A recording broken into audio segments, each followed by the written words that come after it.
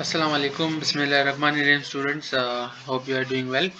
आज की इस वीडियो में मैं आप लोगों के साथ जो क्लास 11 के अभी एग्जामिनेशन और इनरोलमेंट फॉर्म्स जो बोर्ड ने अनाउंस किए हैं उसको फिल करने से रिलेटेड जो है मैं एक वीडियो अपलोड कर चुका हूँ। वो मेरे चैनल पे अपलोडेड है, आप वहाँ से जाके देख सकते हैं।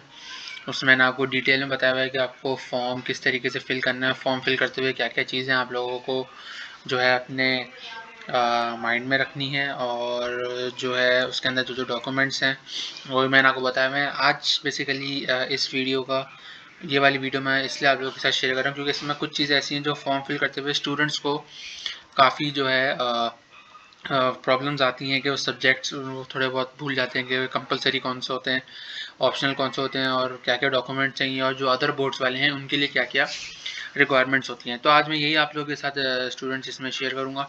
सबसे पहले ये कि अगर आप मेरे चैनल पर नए हैं तो चैनल को सब्सक्राइब कीजिए, लाजमी बेल आइकन को प्रेस कीजिए ताकि आपको लेटेस्ट अपडेट्स मिलती रहे। और जो उस वीडियो में जो है कुछ चीज़ें मैंने हाइड की हुई हैं, वो अगर आपको समझ में नहीं आ रही, वैसे मैंने बोल रहा था उसमें, मैं जो जो चीज़ उसके अंदर एंटर कर रहा था मैं बोल भी रहा था कि ताकि आप लोगों को समझ में आ जाए। ठीक है स्टूडेंट्स, तो इसमें सबसे पहले ये कि जब आप फॉर्म फिल करेंगे तो फॉर्म फिल करते वक्त आपके पास जो डॉक्यूमेंट्स क्या क्या होने चाहिए। 3 डॉक्यूमेंट इसके अंदर रिक्वायर्ड होते हैं। सबसे पहले तो आपकी मैट्रिक की मार्कशीट स्कैन, अगर आपके पास स्कैन में यानी अगर ब्लैक एंड वाइट है वो भी आप अपलोड कर सकते हैं, लेकिन मैं आप लोगों को यही सजेशन दूंगा कि अपलोड करने से पहले आप लोग देख लें कि उसके अंदर कोई चीज़ मिस प्रिंटिंग वगैरह तो नहीं, क्योंकि कई बार ये होता है कि आप फोटो स्टेट की भी आप अपलोड करते हैं तो उसमें क्या होता है कि वो इंक वगैरह थोड़ा बहुत कोई इशू हो जाता है, तो जिस वजह से कोई चीज़ क्लियरली विजिबल नहीं होती। मशवरा यही है कि आप लोग जो है वो स्कैन करके, जो कैम स्कैनर की एक ऐप है उसको आप प्ले स्टोर से डाउनलोड करके जो उसमें डॉक्यूमेंट्स अपलोड कर सकते हैं। दूसरी चीज़ ये है आपकी फ़ोटो, यानी फ़ोटो जो है पासपोर्ट साइज़ की फ़ोटो होती है, उसके अंदर कोई आपकी सेल्फी नहीं चलेगी, उसके अंदर कोई किसी किस्म का ये जो आप फ्रंट कैमरा वाली होती है वो नहीं। एक passport size with blue background चलेगी। अगर आपके कॉलेज की यूनिफॉर्म है तो अच्छी बात है, अगर आपके नॉर्मल यानी अगर आपकी नॉर्मल ड्रेस में भी यानी शर्ट वगैरह में वो आप विदाउट कॉलेज यूनिफॉर्म भी तो आप वो भी एक्सेप्टेबल होती है। तीसरी चीज़ द मोस्ट इंपॉर्टेंट थिंग इसके अंदर ये है कि एडमिशन स्लिप के जैसी एडमिशन स्लिप क्या होती है मैं वो भी आपको बताता हूँ कि आपको जैसी कॉलेज में एडमिशन होता है कॉलेज आपको एडमिशन स्लिप इशू करता है कि आप ये स्टूडेंट है, इसका इस फैकल्टी में इस क्लास में इस सेक्शन में हुआ है। तो ये एडमिशन स्लिप जो है कॉलेज वाले आप लोगों को प्रोवाइड करते हैं, जिनके पास है उसके ऊपर जो है कॉलेज स्लिप एडमिशन स्लिप का नंबर लिखा होगा, प्रिंटेड नंबर होता है। किसी का 0 से शुरू होता है, किसी का 1 से शुरू होता है, वो स्लिप के ऊपर लिखा हुआ होता है। अगर कुछ स्टूडेंट्स को ये स्लिप नहीं मिली है तो वो अपने कॉलेज के एडमिशन ऑफिस से जाके रिसीव कर सकते हैं, क्योंकि फॉर्म की लास्ट डेट जो है 11 फरवरी है।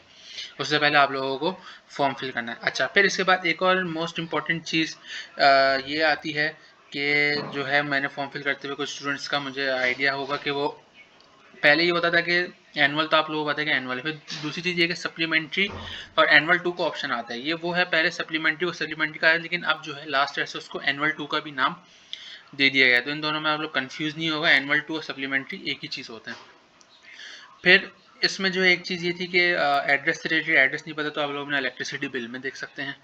उसमें एक चीज़ मैं आपको ये कहूँगा कि इमेज की फॉर्म में शायद तस्वीरें अपलोड होंगी, पीडीएफ की फॉर्म में नहीं कीजिएगा। जेपीजी, पीएनजी ये सारे जो है उसके इस फॉर्म में जो है आपकी तस्वीर डॉक्यूमेंट्स अपलोड होंगे। ये 3 डॉक्यूमेंट्स के अंदर, इसके अंदर आप अपनी मैट्रिक की डालेंगे सारी इन्फॉर्मेशन के, क्या पासिंग, क्या आप लोगों का क्या पासिंग ईयर था, ये सारी चीज़ें। फिर उसके बाद जो आपका कॉलेज की डिटेल आएंगी, तो कॉलेज की डिटेल में जो है मैं आप लोगों के साथ इसमें शेयर कर देता हूँ कि अगर आप लोग प्री इंजीनियरिंग फैकल्टी से हैं तो ठीक है स्टूडेंट्स, इसमें मैं ये डिस्कस कर रहा था कि अब जैसे अब आप लोग अपने पहले आपने मैट्रिक की डिटेल फिल कर ली, फिर आप लोग अपने आप इंटर की डिटेल्स में आते हैं, उसमें आप अपना एचएससी डालेंगे, आपका क्लास डालेंगे और फिर ग्रुप्स हैं। तो सबसे पहले स्टूडेंट जो है प्री इंजीनियरिंग ग्रुप में आता है, उसमें आपके पास सब्जेक्ट्स की सिलेक्शन होगी कि सब्जेक्ट्स आप कौन कौन से, जो आप लोगों के ऑप्शनल सब्जेक्ट्स होते हैं वो होते हैं math, physics, chemistry. Pre engineering की बात करूँ, चाहे वो कॉलेज कैंडिडेट्स फिल करें या प्राइवेट कैंडिडेट्स फिल करें, इनके सेम होते हैं। फिर कंपलसरी सब्जेक्ट्स में आते हैं आपके उर्दू, इंग्लिश, इस्लामियात। उर्दू नॉर्मल होती है, जो नॉर्मल होते हैं, और उर्दू इजी होती है वो दूसरे स्टूडेंट्स के लिए होती है। और इस्लामियात जो है मुस्लिम्स के लिए, और इस्लामी की जगह कोई नॉन मुस्लिम है तो वो सिविक सेलेक्ट कर सकता है। फिर हम लोग जो है प्री मेडिकल पे आते हैं। प्री मेडिकल का भी जो है प्री इंजीनियरिंग से सिमिलर ही होता है। उसमें जो है सिर्फ इनके जो ऑप्शन सब्जेक्ट होते हैं बायोलॉजी, जिसके अंदर जोलॉजी बॉटनी आएगी। जोलॉजी बॉटनी में भी आपको थ्योरी प्रैक्टिकल दोनों चीज़ें होती हैं, और केमिस्ट्री फिजिक्स में भी आपको थ्योरी प्रैक्टिकल दोनों चीज़ें होती हैं। फिर इसमें जो है आपका कंपलसरी सब्जेक्ट्स वही उर्दू, इंग्लिश, इस्लामियत सेम रहते हैं। फिर जो है एक और कन्फ्यूजन आती है कि सर हम लोग कंप्यूटर साइंस के स्टूडेंट्स हैं, हम कंप्यूटर साइंस का ऑप्शन नहीं आ रहा। देखिए स्टूडेंट्स, कंप्यूटर साइंस का ऑप्शन नहीं होता, उसी जगह होता है साइंस जर्नल का ऑप्शन होता है, यानी साइंस जर्नल और कंप्यूटर साइंस जो है वो एक ही सब्जेक्ट को इन लोगों ने नाम दिया होता है। तो कंप्यूटर साइंस में जो आप लोगों का सब्जेक्ट्स होते हैं ऑप्शनल, वो मैथ्स होता है, फिजिक्स होता है और कंप्यूटर होता है, यानी केमिस्ट्री या कंप्यूटर आ जाता है। इसमें अगर फिजिक्स का, केमिस्ट्री का या फिजिक्स और कंप्यूटर का थ्योरी और प्रैक्टिकल दोनों चीज़ें होती हैं। मैथ्स का जो है सिर्फ आपकी थ्योरी होती है, और जो कंपलसरी सब्जेक्ट्स हैं उसमें आपकी उर्दू, इंग्लिश और इस्लामियात होती हैं। फिर इसमें जो एक और मैं इंपॉर्टेंट चीज़ें बताता चलूँ कि वो स्टूडेंट जो कराची बोर्ड से नहीं है, लेकिन उन्होंने अपना बोर्ड चेंज करवा के जो कराची बोर्ड में आए, अपना क्लास 11 वैसा कराची बोर्ड से अपेयर करेंगे, तो उसमें क्या चीज़ होता है, जैसे आप लोग जब अपने वो डॉक्यूमेंट्स की अपलोड हो जाएंगे, तो उस पर 3 ऑप्शन में तो आपकी पहले स्लिप, आपकी पिक्चर और आपकी मैट्रिक की मार्कशीट वो आपके लिए अवेलेबल होगा। लेकिन जो अदर बोर्ड्स के लिए, मैं अदर बोर्ड्स के लिए बात कर रहा हूँ, कराची बोर्ड के लिए बात नहीं कर रहा, जो अदर बोर्ड्स के लिए उनको जो है 2 चीज़ें रिक्वायर्ड होंगी। एक आपका माइग्रेशन सर्टिफिकेट जो आप लोगों को पास होना चाहिए अपलोड करते वक्त, और दूसरा जो है बोर्ड परमिशन लेटर के वो आपको, हाँ, कि आपको ये बोर्ड परमिशन लेटर आपको इंटर बोर्ड से मिलेगा कि इंटर बोर्ड आपको परमिशन दे रहा है कि आप अपना जो है एनरोलमेंट और एग्जामिनेशन फॉर्म फिल कर सकते हैं। फिर आप जो है अपने एग्जामिनेशन के लिए थ्रू इंटर बोर्ड जो है आप लोग अपेयर होंगे, यानी इंटर बोर्ड कराची बोर्ड एक ही चीज़ होती है। तो ये चीज़ आप लोगों के पास, ये अदर देन कराची बोर्ड के लिए मैं बात कर रहा हूँ, तो ये आप लोगों के पास ये 2 चीज़ें होनी चाहिए। वो नीचे 2 ऑप्शन होंगे, वो सिर्फ उनके लिए होंगे जो अदर देन कराची बोर्ड है। जो कराची बोर्ड है उनके सिर्फ ऊपर 3 ऑप्शन विजिबल होंगे, नीचे 2 ऑप्शन जो होंगे वो डिसेबल होंगे। सेस्ट उसके बाद जो एक और चीज़ ये है कि फ़ीस के बारे में आया था कि जब आप लोग अपना सारी चीज़ें फिल करके उसको रिव्यू करके जब कंफर्म पे जाएंगे, तो फिर आपके पास ये जनरेट चालान का ऑप्शन आएगा।